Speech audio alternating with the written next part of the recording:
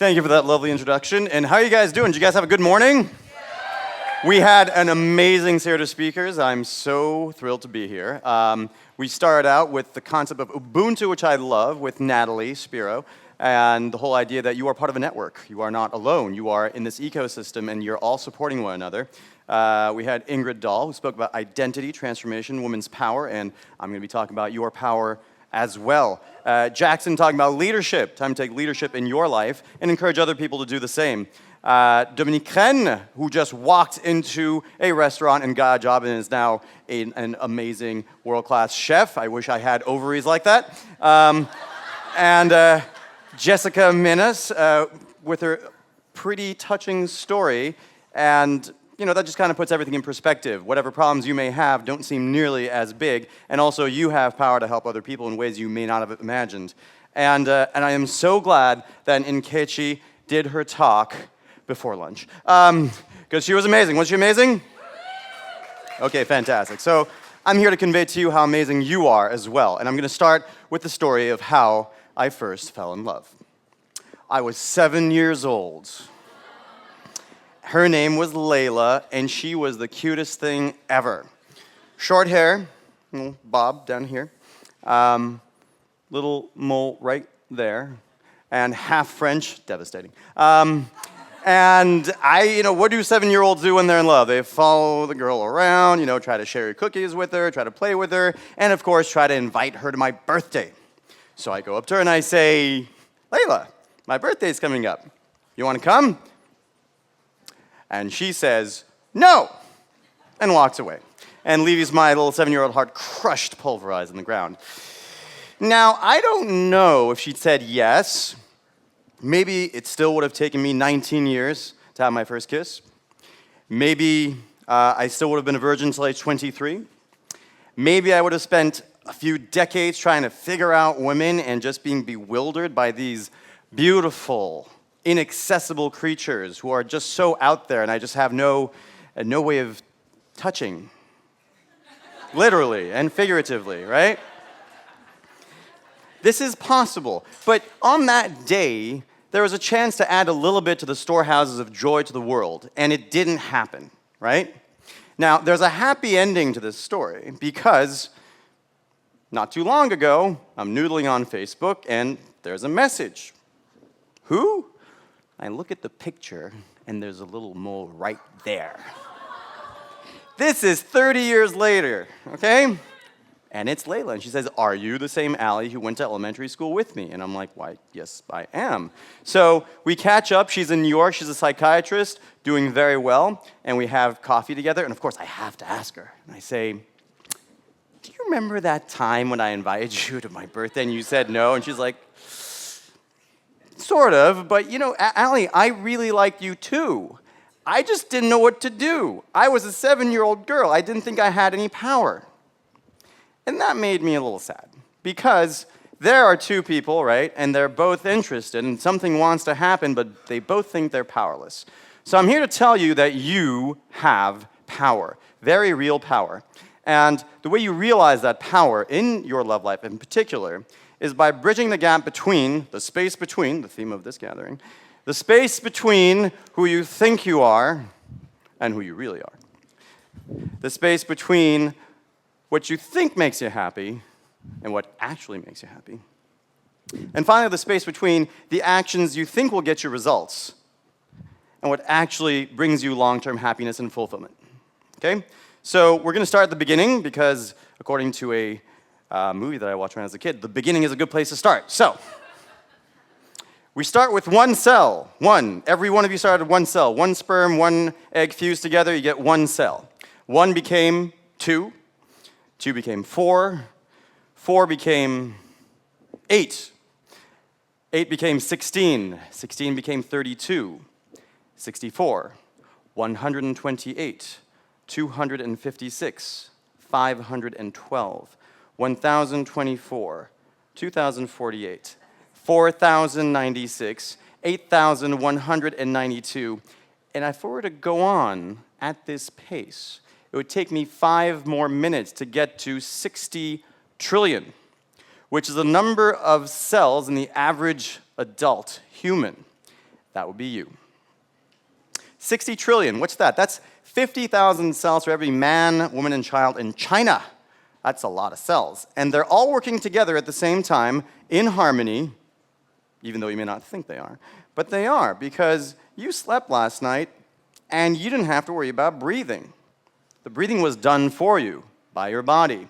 Right now you're sitting there and you don't have to think about your heart beating, but it is. It's doing it for you all the time. And you're also processing my speech pretty effortlessly. So all this is working, and this, to me, is a miracle. What's a miracle? My definition of miracle is an incredibly unlikely event that happens anyway. How's this for unlikely? Okay, here's another thing that's absolutely true of everybody in this room right now, okay?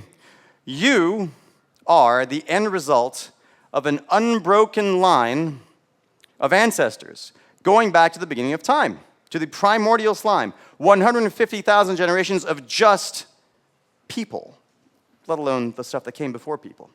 150,000 generations in which you did not trip over a rock and brain yourself. You did not get eaten for breakfast by a saber-toothed cat. And your dad careening through the streets at 90 miles an hour, running every red light with your mom, pregnant, going to the hospital, didn't crash. That is a miracle. And you also made it here today through San Francisco traffic. That's pretty good, too. So, another word for the miraculous is the divine. Because when people couldn't figure out what was going on, they just kind of attributed it to the gods, right? So when I say you are divine, this is not airy-fairy, this is not metaphor. This is absolutely true. And that's the way Eastern philosophers have thought about it for thousands of years. So what I want you to do right now is to look at one of your neighbors directly in the eye and say, you are divine. And look at the other neighbor and say, you are divine. But just saying it I don't think is enough, and I want you to really feel it. So we're going to do a quick little exercise here.